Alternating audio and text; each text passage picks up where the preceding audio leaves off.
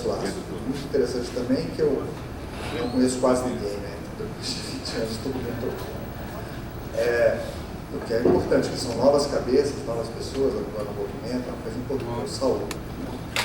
Se eu acho que só o pessoal das antigas, né, não representaria todo mundo, mas basta eu, das antigas basta. Então, esse debate que a gente vai fazer hoje tem a ver um pouco com o processo que o Brasil entrou a partir de 2015, né? Em maior ou menor grau, mas particularmente a partir deste ano com o impeachment. Então, essa é um pouco essa localização do debate, né? Eu preparei uma apresentação e as pessoas que estiverem interessadas também tem um texto que está no Le Monde Diplomatique, que eu escrevi sobre essa apresentação. Um pouco, quando a gente escreve, a gente acaba tendo uma preocupação maior, né, com a lógica e com a... Mas eu vou fazer uma apresentação rápida para que a gente possa debater. Acho que o principal desse momento é a gente conseguir debater. Então, vou ali fazer a apresentação, mas é importante a gente fazer. Eu vou tentar fazer o mais rápido, o mais breve possível, para a gente abrir o espaço para o debate. Então, vamos começar. Só para vocês terem uma ideia, de 2008 para cá, quando começou a crise internacional, o Brasil ainda é um dos países que menos se cresceu a dívida pública, né? Por quê? Porque o Brasil optou por, na saída da crise, para ter esse enfrentamento à crise, que deu certo até 2015, depois não conseguiu mais, optou por ampliar o gasto público para impedir que os efeitos da crise, ou pelo menos diminuir a entrada, a interiorização dos efeitos da crise. Os países da Europa, os Estados Unidos, o Japão, esses países mais avançados, eles optaram por salvar o sistema financeiro. Então a dívida pública desse país cresceu muito. Salvar banco é muito mais difícil que salvar as pessoas, né? As pessoas são mais baratas que os bancos. Então, parece pouco, mas é substantivamente diferente. O Brasil cresceu 2 ou 3% a dívida no PIB até 2014, mais uns 2 ou 3 agora. Esse é o nosso patamar, 6. Tem país que dobrou a relação dívida-PIB, né? Tem país que aumentou 50%, tem país que aumentou 70%. Né? Então, o Brasil não está nessa situação. Mas a dívida brasileira, ela é esse problema todo? Eu diria para vocês que o Brasil terminou. A primeira coisa que é preciso deixar claro, quando a gente fala dívida de um país, a gente não pode sequer comparar com a dívida de famílias, né? Você fala assim, a minha família deve tanto, o país deve tanto. As dificuldades que eu tenho para suprir as minhas demandas da minha família ou do país são completamente diferentes, a natureza é completamente diferente. Vou dar um exemplo para vocês. O Brasil terminou o ano devendo 4 trilhões. Parece uma coisa absurda, nós temos um PIB de 6, né? Então era uma dívida de 60% do PIB, como está sendo anunciado. Esse é o tamanho da dívida brasileira. A dívida é um problema quando os credores querem receber ou quando os credores não querem renovar o seu endividamento, né? Porque no país esse é o problema. Nada disso está presente. Mas só para vocês não terem dúvida com relação a isso, eu vou citar o seguinte dado para vocês. O Brasil, dos 4 trilhões que ele estava devendo dia 31 de dezembro, 1 trilhão ele tinha na conta corrente. Como, Flávio, que o Brasil tinha 1 trilhão na conta corrente, devia 4, mas não pagou essa dívida. Pelo menos pagou de 1 trilhão da dívida, né? Porque essa não é uma dívida das famílias. Essa dívida no Brasil, como a boa parte dos países, não é construída porque eu quero gastar o dinheiro. Isso é importante que tenha na nossa cabeça. A dívida brasileira, a dívida pública brasileira, não foi construída porque eu estava construindo universidades, ou construindo escolas, ou construindo viadutos, ou construindo rodovias, portos, aeroportos. Não é porque eu gasto dinheiro. A dívida decorre de outras obrigações do Estado. Ela não decorre de gastar o dinheiro.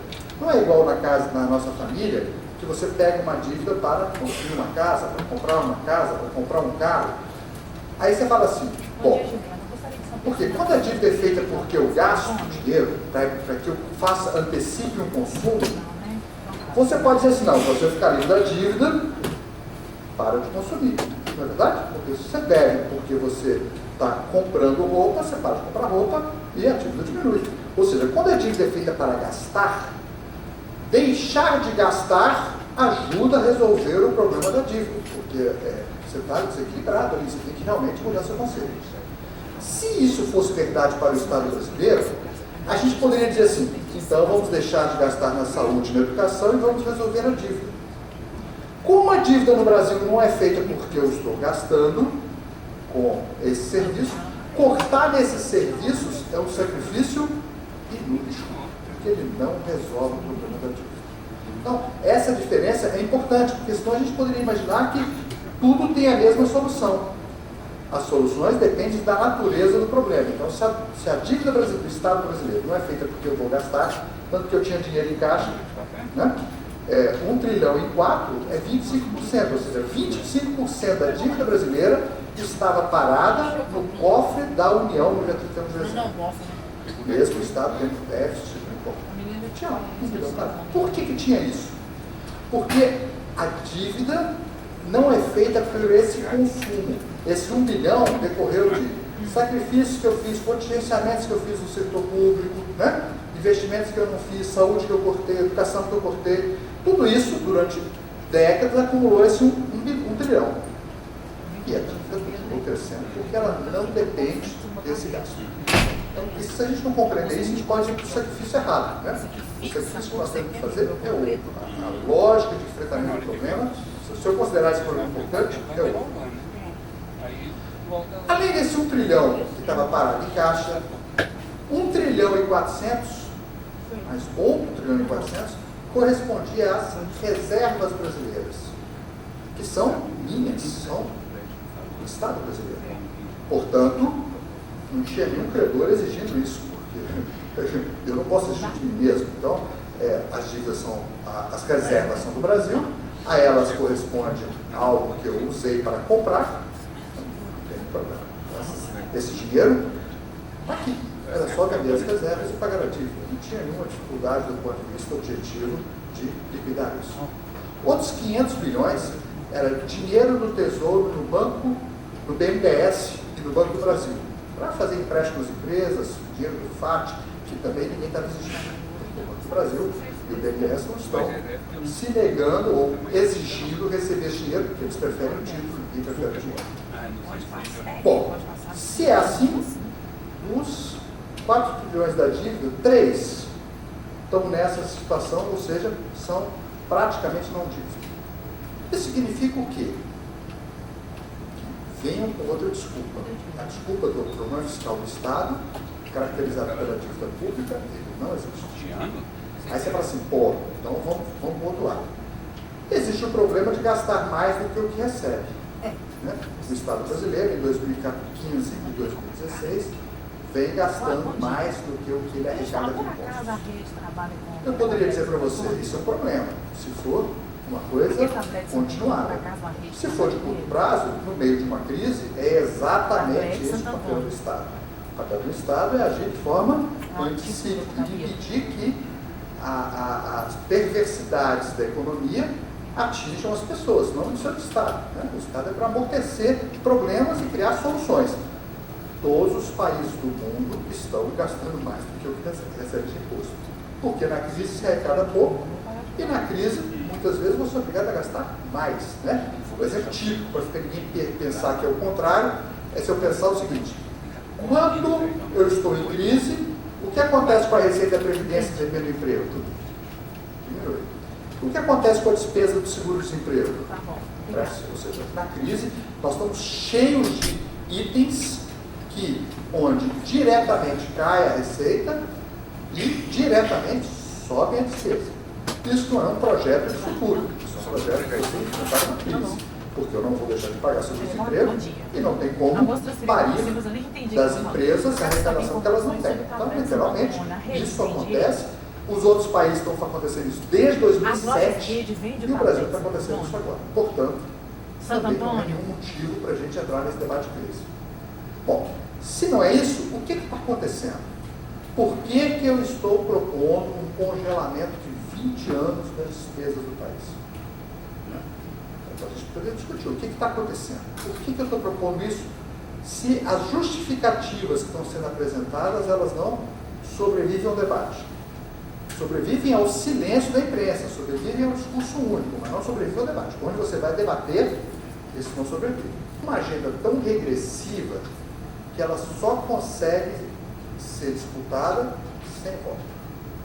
Ninguém conseguiria chegar para o povo brasileiro disputando uma eleição. Não, vai ser. Eu quero saber o seguinte, se a loja rede vende, entendeu? Porque talvez alguma não vende, mas a outra vende. Todos os direitos sociais, e você sabe como é que para a Previdência, botar a pessoa 70 tem que anos, comprar, porque eu não sei quantos que vem. vou fazer jornada de trabalho de 12 horas, ninguém consegue disputar uma eleição com essa agenda. Tá. Né? Vou transformar igual ontem o ensino médio em 4 disciplinas. Né? Então, ninguém consegue disputar uma eleição com essa agenda. Essa agenda só consegue ser implementada por um governo sem voto. Então, essa que eu queria deixar claro para você, que não disputa a eleição, porque até o Alckmin, quando foi disputar a eleição, vestiu o macacão das estatais, não foi isso? Né? Vestiu o macacão das estatais. Ele teve uma forma de dialogar com a sociedade que, automático, privatizar tudo também não é, essa não é a saída do povo brasileiro. Portanto, quando eu disputo o voto, eu sou obrigado a intermediar a minha legitimidade com coisas que o eleitor quer ouvir, sonha e acha que é o caminho. Né? Isso aqui não consegue disputar uma eleição. Então, ela só consegue entrar como projeto de governo, num governo sem voto. Né? E nós vamos ver, quem acha que isso tem um pouco de razão, pegue a fala do Temer na quarta-feira na Câmara de Comércio Americana, onde ele dizia assim, eu estou aqui porque a Dilma não aceitou vende ou não tem? o ponte para o futuro. Vocês tenham gostado do resultado, por mais que algumas pessoas acham que o PT não tem mais legitimidade, não importa o que as pessoas acham, que a esquerda errou, não importa o que as pessoas acham, o que está sendo feito não tem nada a ver com esse processo. O que está sendo feito é uma profunda transformação do Estado brasileiro e da sociedade brasileira, né, do ponto de vista ideológico, uma construção de outra direção. E eu vou tentar mostrar por quê, ou pelo menos como. Aonde que, assim, que eu vou achar com certeza o tablete? Bom, o que está sendo feito? Não tinha, mas não O que sabe está sendo feito nesse congelamento das despesas do governo federal por 20 anos, as pessoas devem vocês estão em greve por conta disso, então não precisa ter muitos detalhes, mas o governo enviou uma proposta de emenda à Constituição e pretende congelar durante 20 anos as despesas do país. Né? Ou seja, eu só posso gastar esse ano, porque eu gastei ano passado, por 20 anos fazendo isso. Aí você fala assim, mas se a economia melhorar, eu posso gastar mais? Bom dia. Não. Se o governo arrecadar mais, eu posso gastar mais? Isso. Também não. Ou seja, eu estou descolando o gasto público da arrecadação do governo federal, ou seja, da possibilidade do que o governo pode gastar, e estou descolando o gasto público da geração da riqueza brasileira, que é o PIB. Ou seja, se o PIB crescer, também não pode gastar mais. Né? E se a sociedade pedir pelo voto para gastar mais? Também não posso. Porque durante 20 anos eu botei na Constituição que eu não posso. Não importa que presidente elegemos em 18 com que plataforma política. Esse cara vai ter que gastar o que se gastou em 17, mais o PIB durante 4. E o presidente de 22? A mesma coisa. E o presidente de... mesma coisa. 5 presidentes, ou seja, as próximas 5 eleições presidenciais, não haverá disputa de projeto. Porque nenhum presidente poderá chegar ao povo, eu vou gastar mais em educação. Não, não pode. Não pode. Lamento, você não pode negar a Constituição, então já vou te vitimar desde o começo. Então, não pode fazer isso. Então, literalmente, eu transformo, eu retiro da sociedade, o poder de discutir um projeto. Eu andei pensando sobre isso, né? Como é mesmo que eu consigo emplacar um projeto desse tipo? Né? Como é que eu consigo convencer as pessoas de que a eleição presidencial dos próximos 5 anos será 6 por meia dúzia? Não importa o que seja, porque o que o cara pode fazer já está definido anteriormente por eu, que não tive voto, que estou dizendo o que ele vai fazer. Né? Como é mesmo que eu consigo convencer as pessoas? Eu só consigo implantar isso se eu não discutir isso com as pessoas. Né? Só para vocês terem uma ideia, para implantar a comissão especial dessa PEC, que é até um mandato de segurança, mas dificilmente o Supremo vai entrar nisso, né? ela foi lida numa quinta-feira, às 17h50, e chamou-se a comissão especial para, na própria quinta-feira, às 18 horas. Você pode me informar se a loja aqui é do São Shopping coisas que a Play, gente né? nunca tinha visto no parlamento. É do Shopping Play? Desde 93. Nós nunca tínhamos visto essa Deixa eu te falar. loja, essa coisa assim, Você assodada por de acaso fazer as coisas. vende da Beto Santo Você Antônio? sempre recebe, lê um dia, sai no diário oficial, decide você marca a reunião. Porque quinta-feira sequer tem parlamentares suficientes, na quinta-feira à tarde, para isso. No ano eleitoral, uma quinta-feira de setembro, isso não existe. Né? Não tem isso. Então, literalmente, quinta-feira, 18 horas, estão lá membros de deputados que estão esperando o voo das 20, né? Das 22, quer dizer, alguma coisa que pareça fazer para isso. Porque grande parte já está nos seus estados discutindo com seus eleitores, a eleição, né? A eleição de prefeito, coisa importante. Como é mesmo que eu faço um negócio desse? Só se faz isso porque nós vivemos uma lógica do não debate. Né? Outro exemplo foi a medida provisória ontem, né? São medida provisória, no meio do debate, a sociedade, assim, não sei se a que grau, nível, que a lei da educação, alguém mais estava discutindo essa questão do ensino médio, mas havia um grande debate, como é que eu faço, como é que eu resolvo esse grave problema. Aí o cara solta a medida provisória, até foi assim, será que eu compro o provisório para fazer? Você trabalha com a Beto Santo Antônio? Não, eu vou ligar Aí no Del Rey tem? imediatamente como é que você faz, né? É isso mesmo. É esse o modelo que nós vamos ter para No caso aqui, liderar o as preto coisas, ou para o cartão discutir. escuro? Só quando você percebe isso é que você descobre, alguns países estão nessa lógica há muito tempo, né? Por que apenas 1% da sociedade entra nesse debate político? Porque o resto descobriu que nesse modelo tem pouco a oferecer. Né? O debate não escolher presidente A ou B nessas regras do jogo tem pouca diferença. Realmente tem pouca diferença. Né? Esse modelo de congelamento de 20 anos, ele vai ser imposto aos governadores e vai ser imposto aos prefeitos. Então, é importante que a gente compreenda que não é só o governo federal que está entrando nessa história. Essa história tem a capacidade de, pelos instrumentos que o governo federal tem, de negociação da dívida dos estados, né, ou mesmo de outras leis fiscais, impor essa restrição para todo mundo. Mas o que ele está querendo? Primeiro, o que se pretende é remodelar o papel do Estado. O que é remodelar o papel do Estado? Tá, Vou dar um exemplo para vocês. uma amiga minha que me Em ligou. 20 anos, a população brasileira cresce. Teve reunião, não? Você pode botar o cabelo todo. Hã? Teve reunião, não? Até agora não falou nada sobre Boa segurança, parte não do embora. sistema único de saúde, Aqui não. ele tem Posto um gravado. número Pois é, mas quantos que vem cada mensal, problema? uma base de alocação de recursos. Então, a pensão básica, tem Isso, na caixinha. pensão especializada, tem percentual per capita, tem uma parte que é especialidade, Vem um mas tem uma tablete. parte Pois que é, é mas uma esse grande parte que corresponde tem a ver com eu garantir Qual que é a saúde nota? às pessoas. Se a saúde só vai ser corrigida pela inflação, e a população cresce, naturalmente meu gasto per capita diminui. Não tem hipótese. de não ser Ah, o contrário, tá. né? Tá, e Eu quanto só que posso vai corrigir custar? pela inflação, então isso eu vou corrigir. Tá bom. A população cresceu, e aí? Ai, meu Deus do céu, ainda tem Gasto isso. per capita. Ai, Jesus. Então tá bom, vou passar aí, obrigada. Ou tem hipótese. O gasto per capita real irá cair, porque eu só posso escolher entre corrigir pela inflação ou corrigir pela população. Não tem outro mecanismo que eu quero para fixar. Né? Então, naturalmente, isso significa a mesma coisa para a educação. Né? Nós discutimos no Plano Nacional de Educação que os gastos públicos com a educação tinham que passar de 6,5% do PIB para 10% do Não, PIB. liguei, ele Né? ligou. A educação chegar a 10% Disse que do eles PIB em prazo de 10 anos. O que acontece? Você só vai crescer a inflação, Deus meta. Né? Nós passamos 2013 inteirinho discutindo o que nós vamos fazer com a riqueza do pré-sal. Eu lembro desse debate? Né? Que nós conseguimos passar que a riqueza do pré-sal ia para saúde e educação. 3/4 para educação, 1/4 para saúde. Mas se eu só posso gastar a inflação, essa riqueza vai para onde? Que lá também estava sem. Não importa o quanto que eu produzo de pré-sal. Não sei qual canal tem que abrir. O gasto do ano passado determina o gasto desse ano. Para Mas arrecadei mais na pré-sal. Usou só A na educação não dá. Ou seja, eu crio, pelo desfinanciamento, uma desconstrução. Não é que eu proibi direito novo, eu não mantenho os direitos atuais. Né? Direito à saúde, à educação, todos estão colocados, não mantenho. Vou dar um exemplo assim. A principal reforma que começa também esse ano é da Previdência. Porque eu não consigo congelar tudo se eu não der um grande arroz na previdência. Né? Se essa sala aqui, esse auditório, fosse os meus atuais aposentados, né?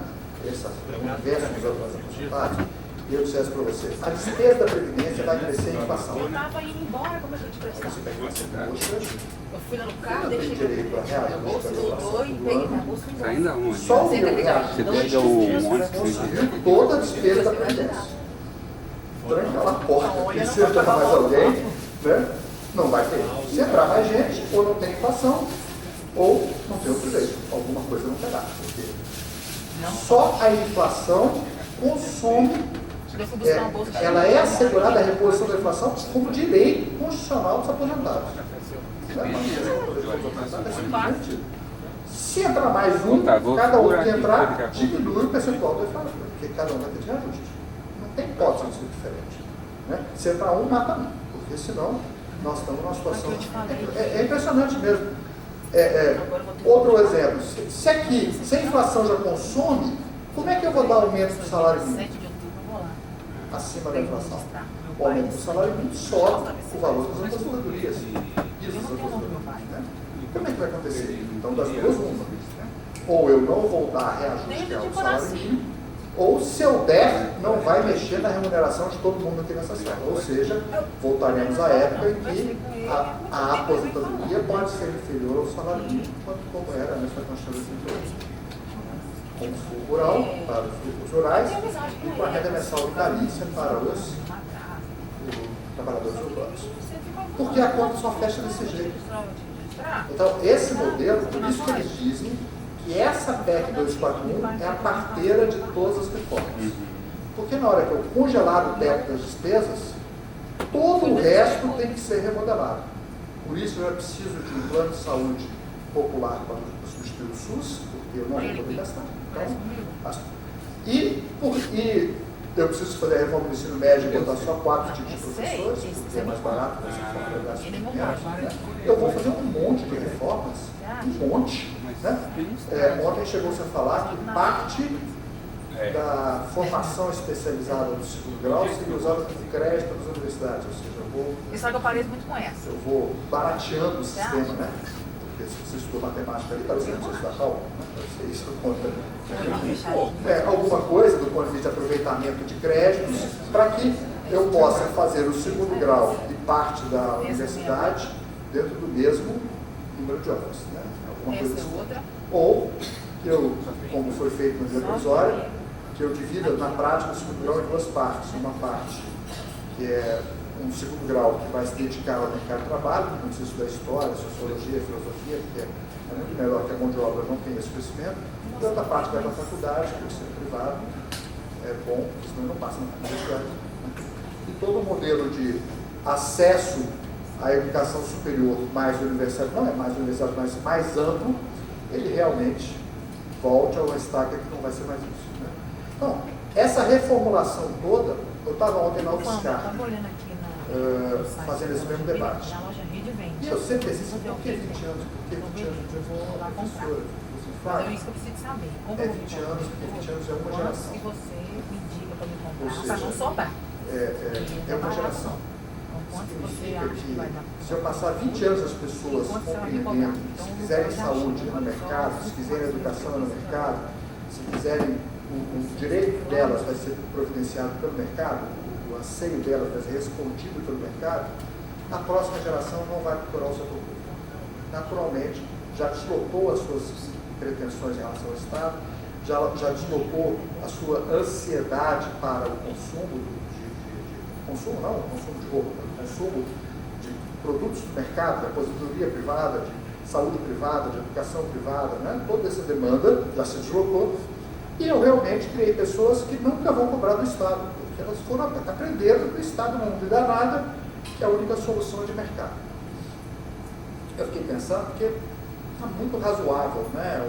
É uma interpretação, mas é muito razoável que eu perceba que o que essa PEC faz é remodelar o papel do Estado. E ele remodelar a relação Estado-sociedade. Né? Porque hoje é muito natural que eu vá, como foram as manifestações corretas de 2013, cobrar do Estado, transporte público, cobrar do Estado, melhor educação, ocupar a escola em São Paulo, porque eu quero melhor ensino, né? Existe uma demanda oponível ao Estado que se manifesta e que vai buscar soluções para isso. E ela é oponível ao Estado porque na Constituição diz: saúde é direito de todos, dever do Estado; educação é direito de todos, dever do Estado; previdência é direito dos trabalhadores. Mas são normas programáticas, né? E, portanto, eu posso dizer que, numa discussão, o governo faz, que a gente considera também constitucional, num artigo da disposição transitória, eu não tiro que a saúde é direito de todos, dever do Estado, mas eu corto o financiamento de modo que nem será direito de todos, porque não será dever do Estado. O Estado vai ter limitado a sua obrigação. A minha obrigação é gastar 100 milhões. Ah, mas eu tinha que gastar 150. Então, o direito de todo mundo vai ter que caber, se for possível, 100 milhões. Eu só vou gastar isso. Eu vou deixar essa apresentação, não vou entrar muito nesses detalhes, mas vou deixar aqui com os GIFs, aí quem quiser pode socializar, não há nenhum problema. Tem um artigo no Le Monde Diplomatique também que dá isso, só procurar, tem hoje o endereço para vocês, tá? Só poder, quem quiser. Mas o debate que está sendo feito, não é só no Brasil, é esse debate, né? Como é que eu consigo remontar. É impressionante como que essa saída ultra-neoliberal, ela foi parida durante a maior crise do neoliberalismo. O que entrou em crise em 2008 foram esses modelos de desregulamentação do mercado financeiro, esses modelos de desregulamentação do mercado, não só financeiro, esse projeto de Estado mínimo, isso que entrou em crise. E toda a solução que foi imposta aos povos da Europa, que são os primeiros que essa crise estourou com mais urgência, foi sair para mais do mesmo. Não foi nenhuma negação. Então vamos controlar. Esse é um modelo importante para a gente compreender. E outra coisa que não sei se alguém topa estudar isso, mas eu sei que muita gente pode dar uma olhada, nós estamos indo para esse modelo quando o próprio FMI começa a discutir que também tem um artigo interessante que chama Neoliberalismo Superfaturado, que é um dos chefes de estudos econômicos da FMI, onde ele fala o seguinte: tudo que o neoliberalismo vendeu, ele não entregou. Então, ele vendia o governo, entregou, vendia melhores condições de vida, entregou desigualdades. Muito legal o artigo dele, depois se quiser eu deixo uma foto aí.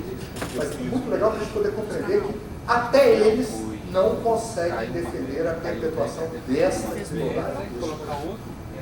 Mas, como aqui a gente vive por interesses muito de hoje para amanhã, interesses muito. Eu preciso dar soluções para isso nesse caminho. Né? Não quero pensar outras soluções.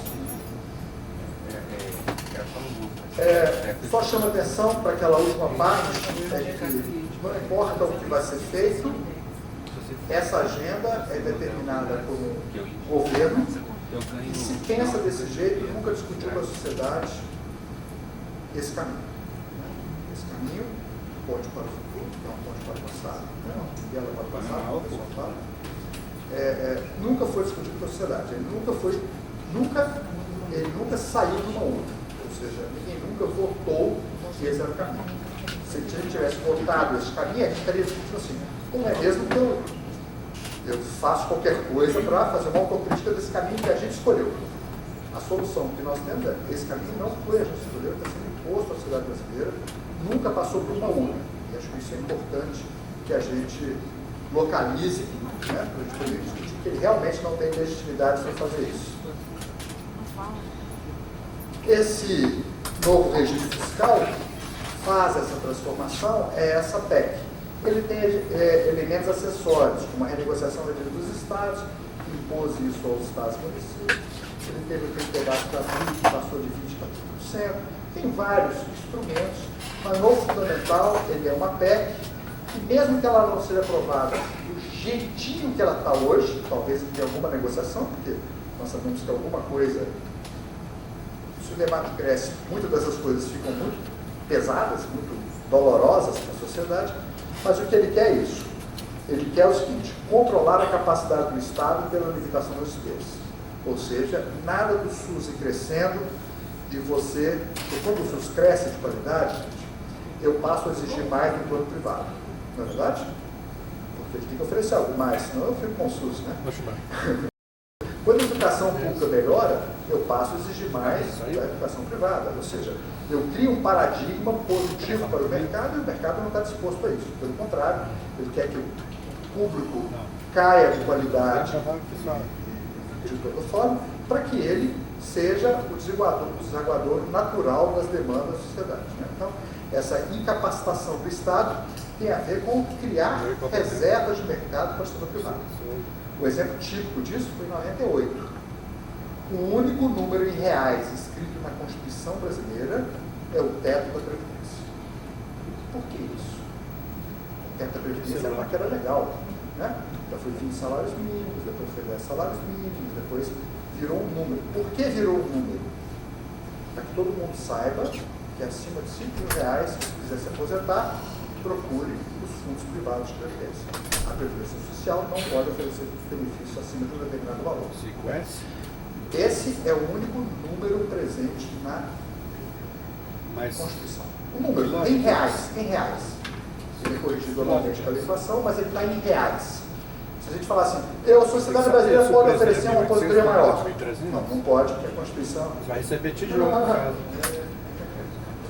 Muitos anos.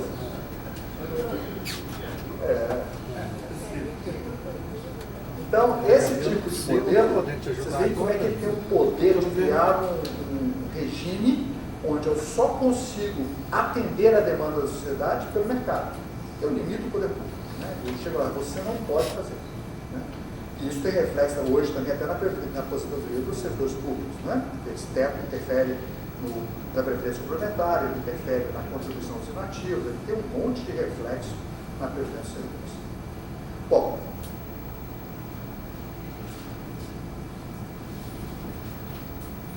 esse gráfico que eu preparei dos últimos 10 anos dá um pouco para a gente entender o que significa congelar pela inflação. Na cabeça das pessoas, tem fixo você corrige que o gasto já de conhece inflação, essa parcela aí?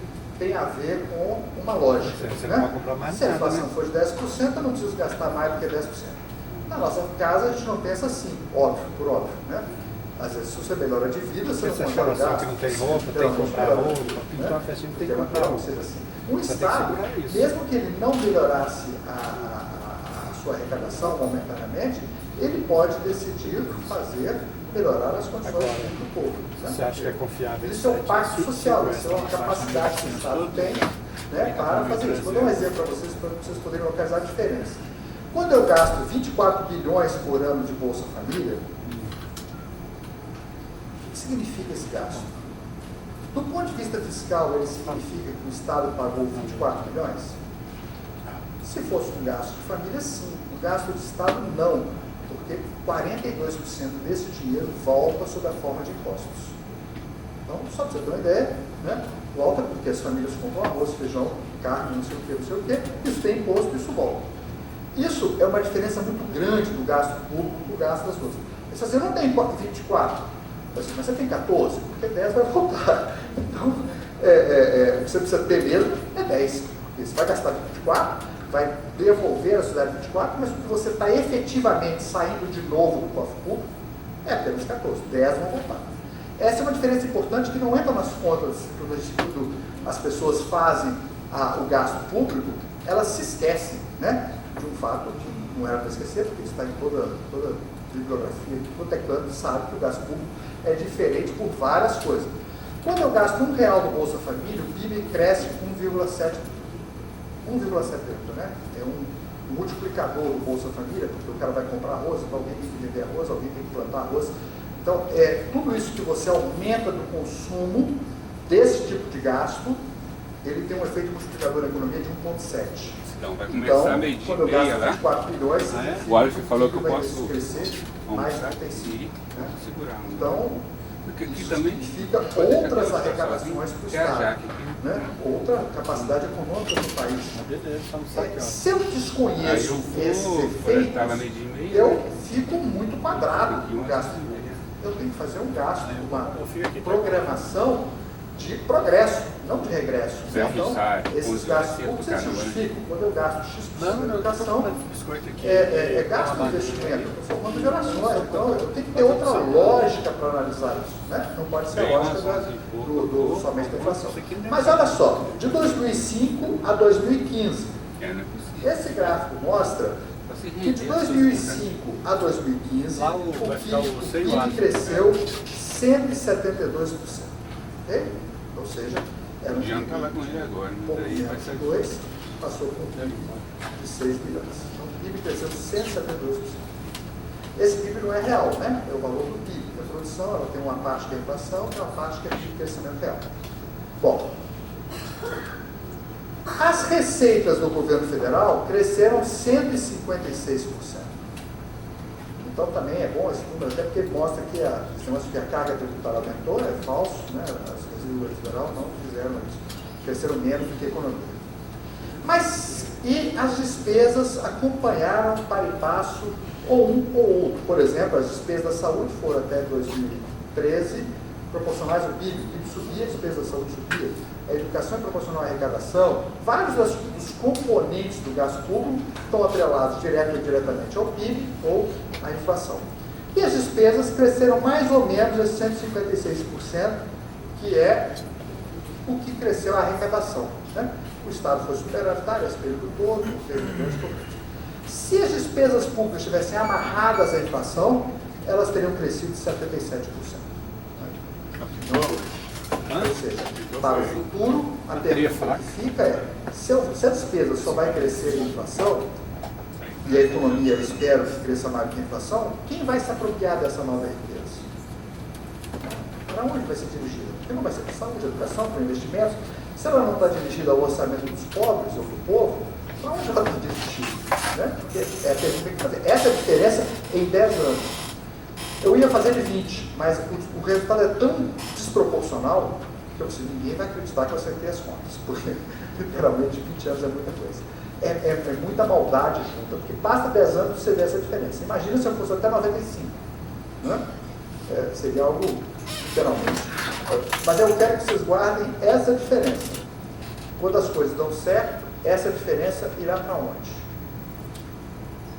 É importante a gente ter essa lógica para a gente poder entender os interesses que estão por trás disso.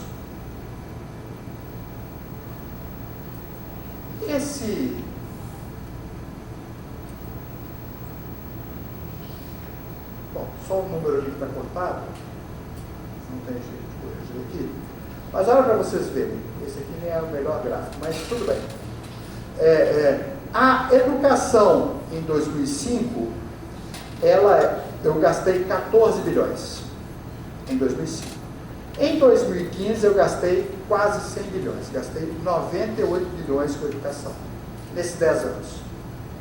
Bom, se eu tivesse limitado pela inflação, tinha começado com 14, tal, chegaria em 2015 com menos de 25, 24,8.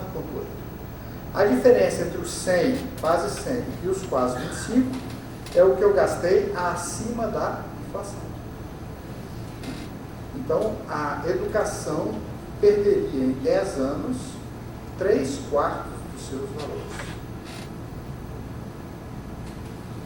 Ok? 3/4 dos seus valores. Só congelando 10 anos pela inflação. Começou com 14, né? Foi para 18, 22, mas se eu tivesse que ir pela inflação, seria 14, 14,5, 15,1, 16, companhia limitada, chegaria lá com 25 bilhões. Então, o que nós estamos fazendo é uma brutal redefinição da capacidade da educação de se expandir e se manter. É importante que a gente guarde esse número, porque esse número, para a universidade, tem um papel fundamental. Não é só pelo ensino superior, mas para a educação, tem um papel importante. Na saúde, gente, começou com 33 e terminou também com 100,2. Se tivesse ido pela inflação, teria começado com 33 e acabado com 60, 58,8. Perderia 40%. Né? Então, peguei só esses dois. Se a gente fizer investimentos, vai dar outra conta. Se a gente fizer assistência social, vai dar outra conta. Para a gente poder perceber o seguinte, o modelo é de desconstrução mesmo. não é de não expansão, tá? Não é de não expansão. Eu construí não sei quantos campos universitários, interiorizei escolas, faculdades, construindo, parte delas está construída, parte delas ainda está em formação. O congelamento significa não conclusão de todos esses projetos, porque você quer conseguir manter o que está fazendo. É óbvio. Então, é uma coisa surrealista que as pessoas não estejam percebendo esse conjunto. Né? E a gente pode continuar, tá? As perdas acumuladas é interessante, né? A educação teria perdido ao longo desses 10 anos 350 bilhões de reais. Né? Somando o que ele está perdendo a cada ano, para um orçamento de 100, significa 3 anos de orçamento. Né? Aproximadamente 3 anos de orçamento. A saúde perderia 220 e pouco mais de 2 anos de orçamento. Esse modelo, como a gente fala, é importante perceber que ninguém questiona essas contas estão sendo feitas por diversas pessoas, todo mundo chegando com resultados muito parecidos, não há um problema de conta, há um problema de projeto. De conta não há. Então, eu não estou querendo dizer que não terá reajuste dos setores, terá desconstrução dos setores. Não é assim, não estamos discutindo salários. Não estamos discutindo salários.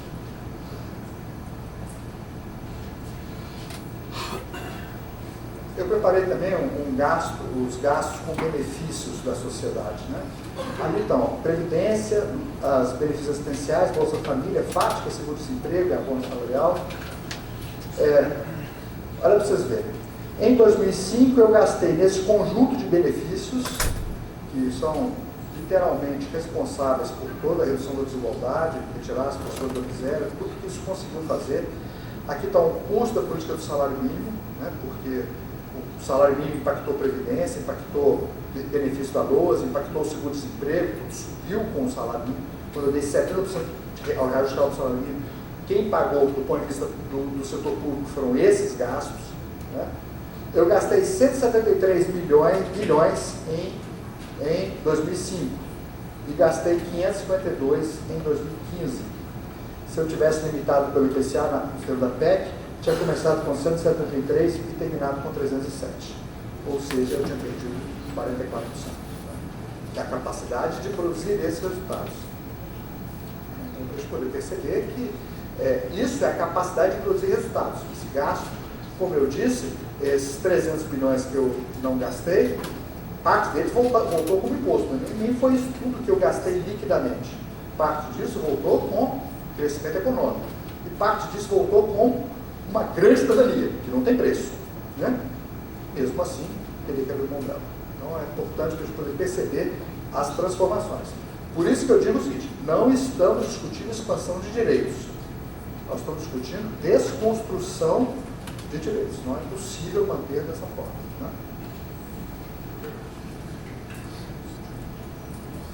Esse gráfico é o último da apresentação, eu acho que é o último, né? Dessa apresentação, ele faz o seguinte: Flávio, 20 anos para frente, o que ocorre 20 anos para frente? Só para a gente poder ver, eu estava trabalhando com passados, os últimos 10. 20 anos para frente. Ó, hoje o orçamento custa quase 20% do PIB, descontado dívida e tudo mais. O orçamento custa quase 20% do PIB. Se esse orçamento for corrigido apenas pela inflação e o PIB crescer 2% ao ano, não é nem 4%, vira um desastre esse gráfico. Mas eu acho mesmo que não será 4%, porque com esses gastos, o setor público deixando de intervir na economia para poder salvar a economia, o crescimento é menor mesmo, tem pode ser mantido. Olha só, se eles conseguirem fazer uma grande reforma da Previdência dos Trabalhadores para fechar aquela porta e manter o gasto igual, começar com 7,4% do PIB e terminar com 7,4% do PIB, que é uma reforma brutal, vamos ver o que precisa, é uma reforma brutal, né, parar o crescimento da despesa previdenciária numa sociedade que está envelhecendo. Se eles conseguirem fazer isso, olha o que vai acontecer. A saúde, segundo a PEC, corrige pela inflação. Então ela vai começar com 1,4% do PIB e terminar com 1,1% do PIB. Ou seja, em vez do gasto público crescer, ou nem se mantém na economia, ele diminui. Quando acontecer isso, O gasto real per capita vai passar de 490 para 442. Por quê? Porque a população cresce 10%, o gasto per capita cai 10%. Uma população mais idosa demanda outros níveis de atenção à saúde. Ignorem, porque só vai, o gasto per capita irá diminuir, embora a sociedade possa, às vezes, até pagar mais caro. A economia está crescendo, mas nada disso vai parar na saúde. Tem a economia do pré-sal, nada disso vai parar na saúde.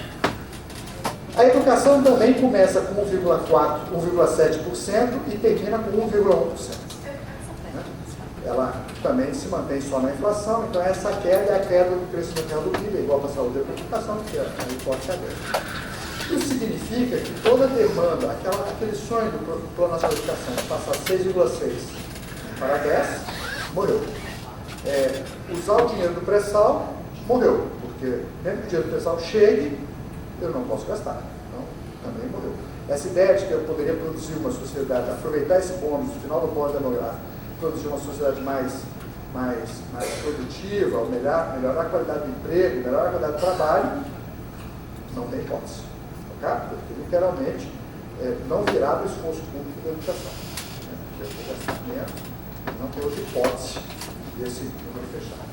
Aquelas outras despesas de 8,5 que vão parar em 3,3 é o resto do orçamento. Ele inclui agricultura, assistência social, trabalho, judiciário, legislativo, todas as despesas de pessoal, inclusive de aposentados, né?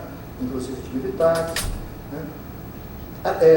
Administração, transporte, energia, segurança, relações, reforma agrária, saneamento, urbanização, habitação, cultura, tudo que direito, cidadania, tudo que vocês puderem imaginar, né?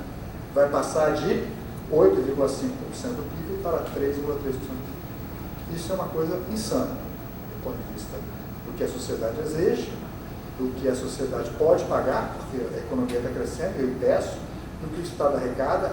Por isso que eu digo que é uma grande transformação do papel do Estado. Né? Para vocês terem uma ideia, parece ridículo, mas vamos pensar aqui, subsídio agrícola. Se o subsídio agrícola só pode corrigir pela inflação, se eu aumentar a área plantada, o que eu faço? Ou subsidiamento, sabe assim? É tão ridículo que porque os parâmetros que não é inflação no mundo, o mundo não vive da inflação. A inflação é um parâmetro, pelo amor de Deus, tem sociedade, tem produção. Se em vez de eu estou produzindo tal alface, passo a produzir algo de maior valor adicionado, de maior valor de venda, o subsídio não pode crescer. Ou seja, né? O subsídio não é só seguro agrícola, que é subsidiado, não é só o subsídio de dinheiro que eu dou, não dou dinheiro para o agricultor. Eu subsidio do ponto de vista da seguro agrícola, que se ele perder a safra, eu tenho como cobrir, se tiver uma enchente, eu tenho como cobrir, se tiver uma seca, eu tenho como cobrir. Adeus. Não é nada. Né? Se você está assim hoje, como é que eu subtraio carros da rua com transporte público? Pois é, transporte público não pode crescer. Né? Então, assim, os problemas que nós estamos plantando são de difíceis soluções. Por quê? Porque eu estou impedindo o Estado, com o pacto social, de resolvê-los. Mesmo que a gente resolva, não, eu quero resolver transporte coletivo. Que guia. Espera a vontade passar, porque não tem jeito de resolver dentro desse modelo. Né? Agora, eu vou gastar os últimos 5 minutinhos aqui para a gente falar da principal reforma que já vem, que é a reforma da Previdência. Para a reforma da Previdência se manter na inflação, crescer pouco, eu tenho que fazer a primeira reforma com capacidade de atingir aposentados. É importante ficar claro disso. Por quê? Porque se eu não atingir os aposentados de alguma forma, é aquele desenho que a gente fez da sala. Ele não sobrevive, porque só os direitos atuais dessa sala consomem a inflação, que é corrigir o benefício do final do ano pela inflação. Né? Então, já consumiu tudo. Como é que eu faço com 500? Então eu tenho que tomar algumas medidas. Por isso que eu digo assim, as reformas anteriores, de 98 e mesmo de 2003, elas agiam sobre os trabalhadores da ativa. Falta 5 anos de se aposentar, você vai trabalhar mais um. Falta 10 anos de se aposentar, você vai trabalhar mais 2. Né? Ela esticava as exigências de modo que as pessoas demoravam mais para se aposentar. Ou seja, fechava meia porta. Né? Nesse modelo, meia porta não basta, tem que fazer coisas mais drásticas. Né? A única forma que eu tenho de fazer isso é atingindo as pessoas da que estão aposentadas. Porque só o direito delas hoje consome toda a capacidade de despesa, né, por esse modelo. Então, eu tenho que desvincular as aposentadorias do salário mínimo, porque esse é um impacto grande. Isso significa que isso é a primeira vez que eu vou mexer no direito dos aposentados. Nos servidores públicos, eu vou ter que desvincular ativo de inativo, porque senão não tem hipótese. Né? Quando um trabalhador do setor público aposenta, a despesa de pessoal não diminui, porque ele ganhava como servidor ativo, né? Vai ganhar como aposentado, e eu preciso contratar um servidor ativo.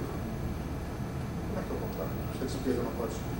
Ou eu não dou reajuste, ou eu vou criar 1000 formas de fazer isso. Gratificações de atividade, como ativo, ter algum mecanismo.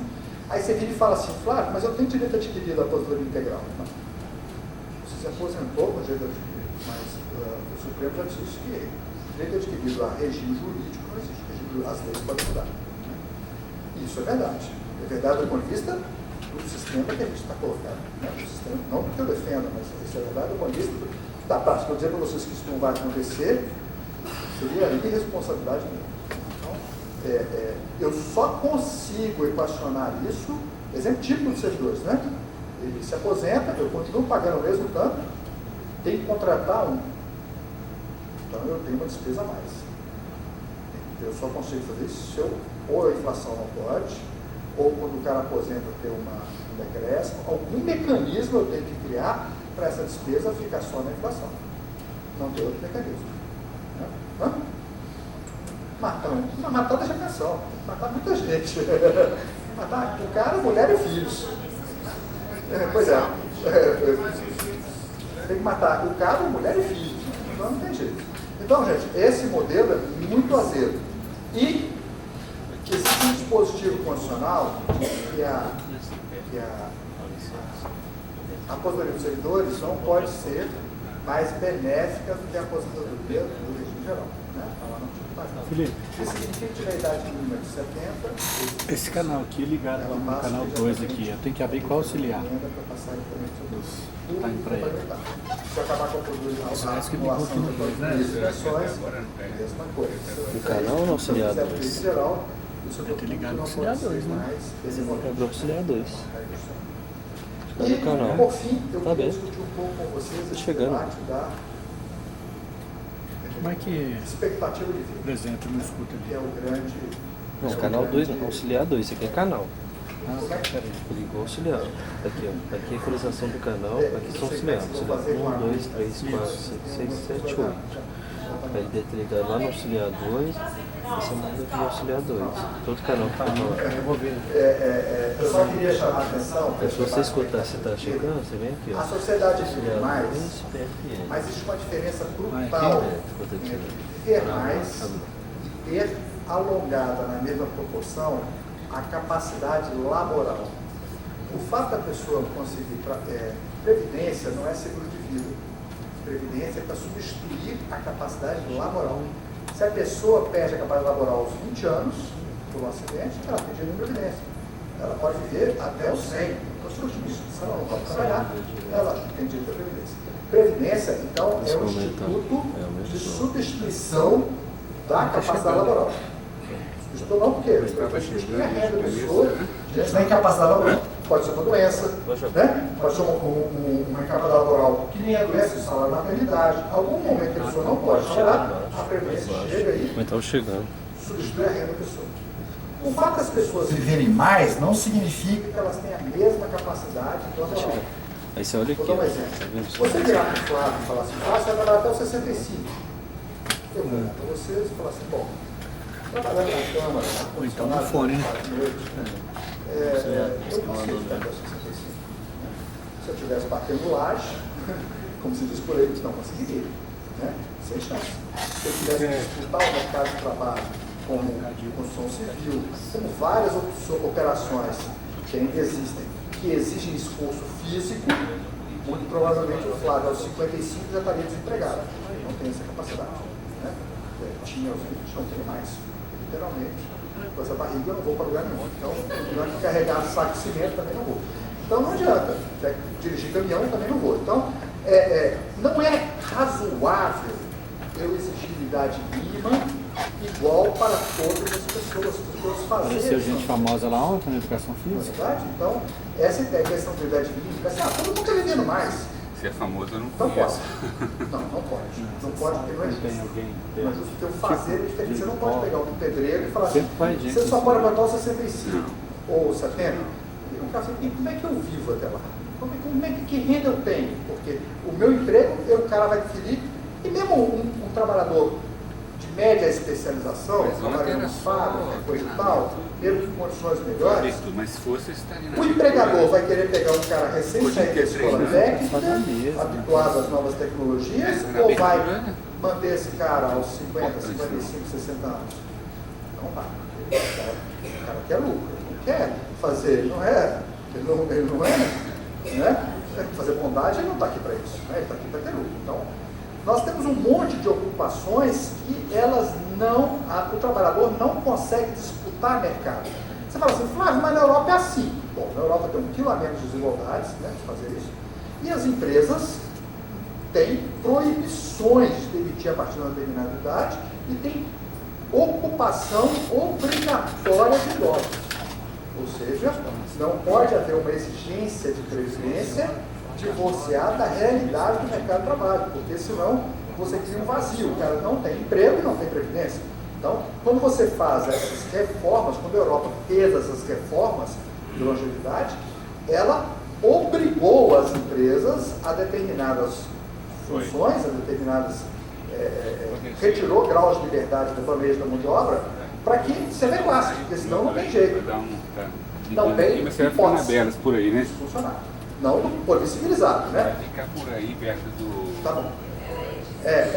Então, esse tipo de modelo, ele exige transformações muito maiores do que colocar a idade mínima. E as empresas do Brasil estão caminhando para esse lado ou para a terceirização? Estão caminhando para o outro lado, né? Eu estava num debate semana passada, 2 semanas atrás, com os auditores fiscais na cidade de Santos. E o cara falou assim, Flávio, a gente não está vendo, existe uma lei de terceirização, existe uma prática de terceirização. Né? Até o final deste ano, me disse o superintendente, me disse o superintendente da Loja Bahia que não haverá um único comerciário registrado.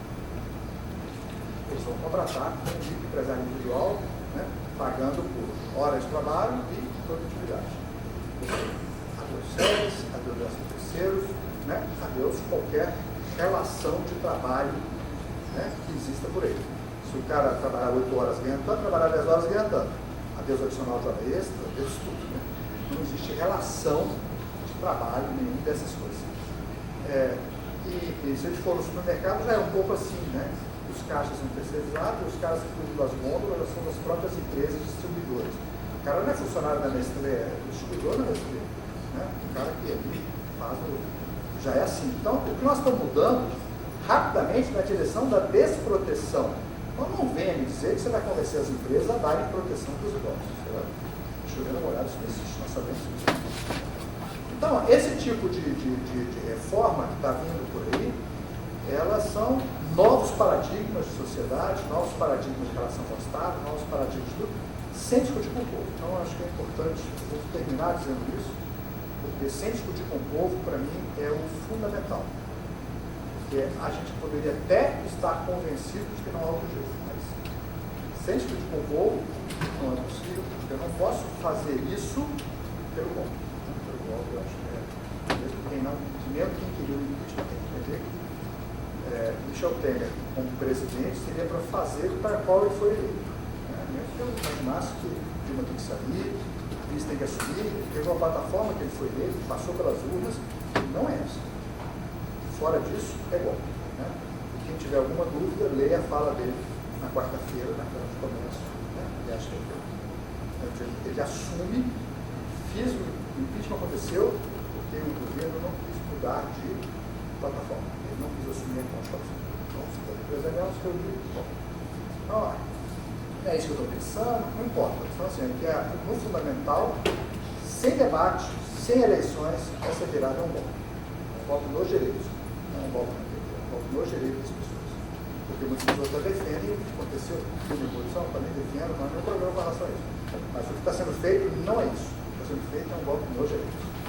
E nas relações dos direitos, não é um direito individual, são os direitos sociais. Né? O direito à saúde, o direito à educação, outros direito ao meio ambiente, tudo isso aí está nesse pacote. Né? Por isso no ensino médio, por isso queriam colocar na mudança das normas do PAC que o licenciamento ambiental vai ser diferente, vai ser uma outorga apenas, né? E não como é hoje, vários tipos de um fiscaliza o meio ambiente, outro fiscaliza outros tipos de patrimônio histórico, por isso eu tenho que acabar com a demarcação de terras indígenas, porque eu tenho que fazer, né, mudar as relações da agricultura familiar. Eu estou desconstruindo muita coisa, algumas coisas explicitamente, outras implicitamente, como a reforma do ensino médio. Né? A desconstrução para o futuro é muito maior do que eu consigo apenas lendo aqueles artigos, consigo compreender lendo aqueles artigos. Então eu queria abrir para o debate, peço desculpa por ter me excedido, mas é sempre muito gostoso falar. Então,